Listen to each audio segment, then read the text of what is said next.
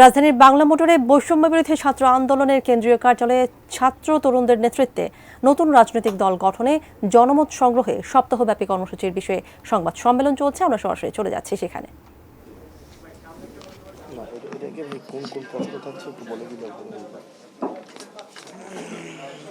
এই ফর্মে যে প্রশ্নগুলো থাকছে, আমাদের নাম, লিঙ্গ, পেশা, জেলা, মোবাইল নাম্বার, আপনার মতে কোন তিনটি কাজ করলে দেশ বদলে যাবে, নতুন রাজনৈতিক দলের কাছে আপনার জীবনের কোন সমস্যার সমাধান চান, নতুন দলের কাছে আপনার প্রত্যাশা কি, দলের নাম কি হতে পারে, দলের মার্কা কি হতে পারে।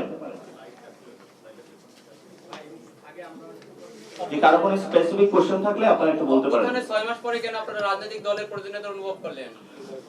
আমাদের রাজনৈতিক দলটা আমরা বরাবরই বলে আসছি, রাজনৈতিক জনগণ একত্রিত হয়েছে 3 তারিখে একটি দাবির পক্ষে। সে দাবিটা জানান দিয়েছে এবং আমরা মনে করি এটা চলমান একটি লড়াই। সে চলমান লড়াইয়ে ব্রেকফাস্ট, টিফিন কিংবা স্ন্যাক টাইমে মজাদার আয়োজন মানে অল টাইম ব্রেড।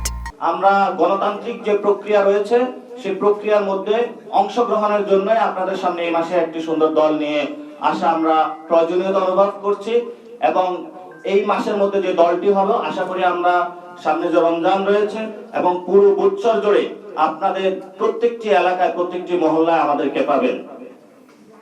আমার একটা প্রশ্ন, রাজনৈতিক দল পরিচালনা করতে গেলে অনেক অর্থের প্রয়োজন হয়। আমরা জানি যে বৈষম্য বিরোধী ছাত্র আন্দোলনে ম্যাক্সিমামই ছাত্র তো শেষ হয়েছে বা ছাত্র রয়েছে, তাহলে তারা এই ফান্ডিংটা কোথায় পাবে? আমরা বরাবরই বলে আসছি, আমাদের রাজনৈতিক দলের যে ঘোষণাপত্র থাকবে, কনস্টিটিউশন যেটা থাকবে, ফাইন্যান্সিয়াল পলিসি, ফরেন পলিসি, আমরা যখন দল ঘোষণা করব সেই দলের যেদিন আমরা ঘোষণা করব সবগুলো ওই একই সাথে আপনারা পাবেন। কিভাবে আমরা ফাইন্যান্স ম্যানেজ করব, কিভাবে চলবো, সবকিছু আপনারা দিক নির্দেশনা ওইখানে পাবেন।